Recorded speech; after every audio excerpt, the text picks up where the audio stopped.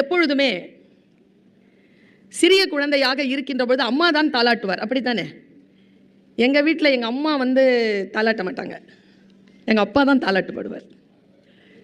அப்படி தாளாட்டு பாடுகின்ற பொழுது அப்பா ஒரு உருது பாடலை பாடுவார். எனக்கு சிறிய வயதிலிருந்து அந்த பாட்டுக்கான அர்த்தம் எல்லாம் ரொம்பலாம் தெரியாது, ஆனால் ரொம்ப இனிமையாக பாடுவார். வயது ஆக ஆக அந்த பாட்டிற்கான பொருள் புரிய தொடங்க தொடங்க நான் என்னுடைய அகமும் புறமும் அதிர தொடங்கி இருக்கிறது. அது ஒரு சிறிய பாட்டு தான், பெரிய பாட்டில் நிறைய பேர் கேட்டிருக்கலாம். ஹிந்தி பாட்டு கேட்கின்றவர்கள் இருக்கிறீர்கள்? அவையில் நிறைய இருக்கிறீர்கள். அப்படி என்றால் நிச்சயமாக உங்களுக்கு இந்த பாட்டு தெரியும். பாடுவேன்னு நினைச்சுதான் அப்பா பர்வீன் சுல்தானான்னு பேர் வச்சார். பேச ஆரம்பிச்சிட்டேன். एहलो ताल मिले नदी के जल में, नदी मिले सागर में, सागर मिले कौन से जल में कोई जाने ना। सूरज को धरती तरसे, धरती को चंद्रमा, पानी में सीप जैसी प्यासी हर आत्मा, बूंद छिपी किस बादल में कोई जाने ना என்று பாட்டு. உச்சு உச்சு சொன்னவங்களுக்கு பொருள் புரிஞ்சிருச்சின்னு அர்த்தம். சைலண்டாக இருக்கிறவங்களுக்காக மொழிபெயர்த்து சொல்கிறேன். இந்த இருமொழி அறிவில் அது ஒரு வசதி, அதுக்கு அர்த்தம் சொல்லலாம். எஹலோ தால் மிலே நதிக்கு ஜல்லுமே, நாம் போடுகின்ற தாளத்தோடு சேருகிறது நதி, ஆறு. ஆறு போய் கடலில் சேருகிறது.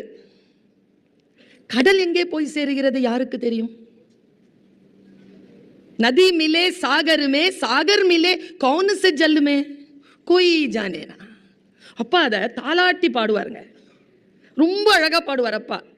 हेलो ताल मिले नदी के जल में, नदी मिले सागर में, सागर मिले कौन से जल में कोई जाने ना. हेलो ताल அப்படியே தூங்கிடுவோம் நாங்கள். அப்படி பாடுவார். அதில் அடுத்த வார்த்தை இருக்குல்ல, அதுதான் அதான் அப்பா, அதான் கவிதை. சூரஜுக்கோ தர்த்தி தர்சே, சூரியனுக்காக பூமி தவிக்கிறதாம். தர்த்திக்கோ சந்திரமா, இந்த பூமிக்காக நிலவு தவிக்கிறதாம்.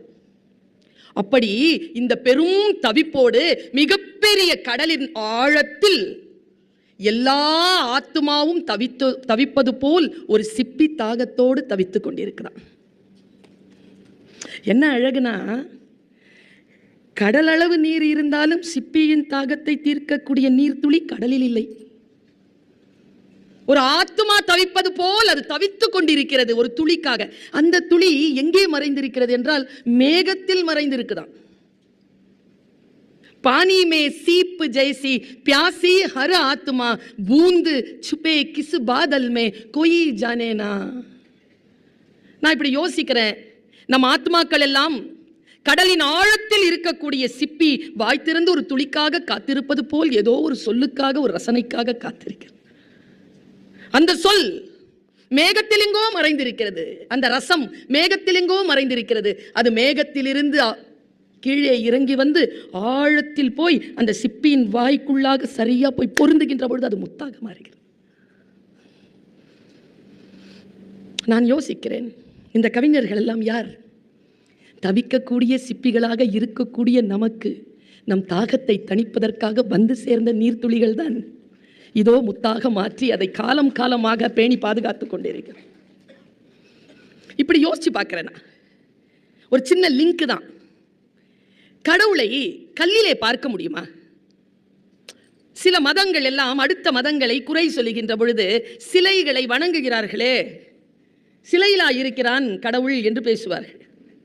ஆனால் இந்த தத்துவத்தின் அடிப்படையில் பார்த்தால் சிப்பியின் தாகத்தை தீர்ப்பதற்காக மேலிருந்து இறங்கி வருகின்ற நீர்த்துளி போல்தான். கல்லினாளுக்கு இறங்கி கல்லிலே இறங்கி நிலையாக கோவிலில் நிற்கின்றாய் கேசவா. நமக்காக இறங்கி வருகின்ற இறை அருள் கல்லிலே தங்கி நமக்கு அருள் பாலிப்பது போல் கவிதையில் உயிர்ப்பாக சில ரசனைகளை தந்து இந்த உயிர்களெல்லாம் பாலித்துக் கொண்டிருக்கக்கூடியவர்கள் பெரும் கவிஞர்கள். அவர்களில் முன்னத்தி ஏற்படுத்தி இந்த நூற்றாண்டில் நிற்பவர்களில் கண்ணதாசன் முக்கியமானவர்.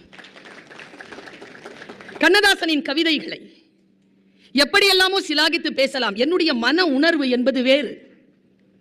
சாதாரணமாகவே